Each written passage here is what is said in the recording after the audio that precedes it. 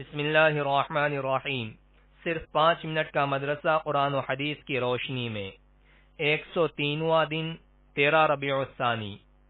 Number 1، اسلامی تاریخ۔ نجاشی کے دربار میں کفار مکہ کی آخری کوشش۔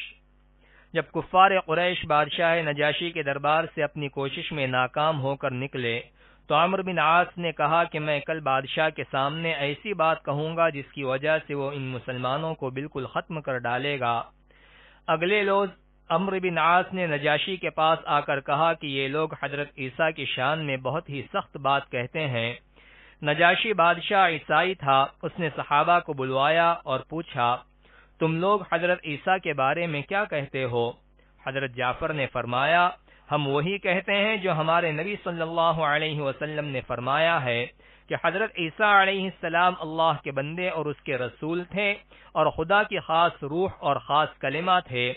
نجاشی نے زمین سے ایک تنکا اٹھا کر کہا، خدا کی قسم مسلمانوں نے جو کہا ہے حضرت عیسیٰ ایک تنکے کی مقدار بھی زیادہ نہیں تھے، اور مسلمانوں سے کہا کہ تم امن سے رہو، میں سونے کا ایک پہاڑ لے کر بھی تم کو ستانا پسند نہیں کروں گا، اور کفار قریش کے تمام ہدیے اور تحفے واپس کر دینے کا حکم دیا، اور کہا کہ خدا نے مجھے رشوت کے بغیر حکومت و سلطنت عطا فرمائی ہے، لہذا میں تم سے رشوت لے کر ان لوگوں کو ہرگز سپرد نہیں کروں گا۔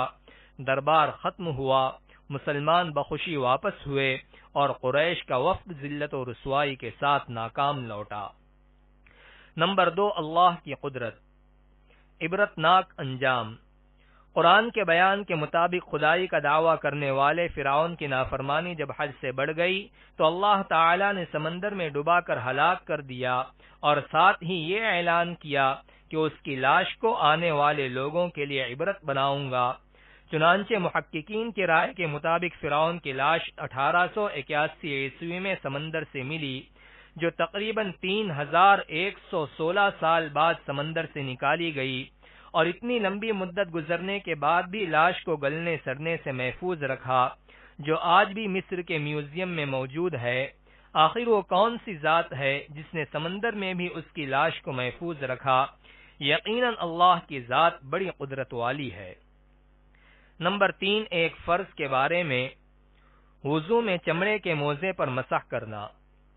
حضرت علی رضی اللہ عنہ فرماتے ہیں، میں نے حضور صلی اللہ علیہ وسلم کو موزے کے اوپر کے حصے پر مسح کرتے دیکھا۔ نوٹ: جب کسی نے باوضو چمڑے کا موزہ پہنا ہو پھر وضو ٹوٹ جائے تو وضو کرتے وقت ان موزوں کے اوپری حصے پر مسح کرنا ضروری ہے۔ نمبر 4، ایک سنت کے بارے میں، متعلقین کی خبر گیری کرنا۔ حضرت انس بن مالک رضی اللہ عنہ بیان کرتے ہیں کہ اہل تعلق میں سے کوئی شخص اگر 3 دن تک نہ آتا یا اس سے ملاقات نہ ہوتی تو آپ صلی اللہ علیہ وسلم اس کے متعلق معلومات فرماتے۔ اگر وہ باہر سفر میں ہوتا تو اس کے لیے دعا کرتے، اگر وہ موجود ہوتا تو آپ صلی اللہ علیہ وسلم اس سے ملاقات فرماتے، اگر بیمار ہوتا تو اس کی عیادت فرماتے۔ نمبر 5، ایک اہم عمل کی فضیلت، علم سیکھتے ہوئے وفات پا جانا۔ رسول اللہ صلی اللہ علیہ وسلم نے فرمایا، جس کو علم سیکھتے ہوئے موت آ جائے وہ اس حال میں اللہ تعالی سے ملاقات کرے گا کہ اس کے اور نبیوں کے درمیان صرف نبوت کے درجے کا فرق ہوگا۔ نمبر 6، ایک گناہ کے بارے میں، وارث کو میراث سے محروم کرنا۔ رسول اللہ صلی اللہ علیہ وسلم نے فرمایا، جو شخص اپنے وارث کو میراث دینے سے بھاگے گا اور اسے میراث سے محروم کر دے گا تو اللہ تعالی قیامت کے دن جنت سے اس کی میراث ختم کر دے گا۔ نمبر 7، دنیا کے بارے میں، دنیا کے لالچی اللہ کی رحمت سے دور۔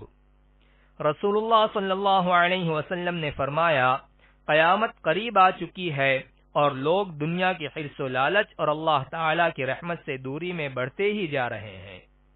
خلاصہ، قیامت کے قریب آنے کی وجہ سے لوگوں کو نیکی کمانے کی زیادہ سے زیادہ فکر کرنی چاہیے، لیکن ایسا کرنے کے بجائے وہ دنیا کے لالچ میں پڑ کر اللہ کی رحمت سے دور ہوتے جا رہے ہیں۔ نمبر 8، آخرت کے بارے میں، انسان کے اعضاء کی گواہی۔ قرآن میں اللہ تعالی فرماتا ہے، جس دن اللہ کے دشمن یعنی کفار دوزخ کی طرف جمع کرنے کے لیے موقف میں لائے جائیں گے، پھر وہ روکے جائیں گے تاکہ بقیہ بھی آ جائیں، یہاں تک کہ جب وہ اس کے قریب آ جائیں گے تو ان کے کان، ان کی آنکھیں اور ان کی کھال ان کے خلاف ان کے لیے کیے ہوئے اعمال کی گواہی دیں گے۔ نمبر 9، طب نبوی سے علاج۔ جوں پڑنے کا علاج۔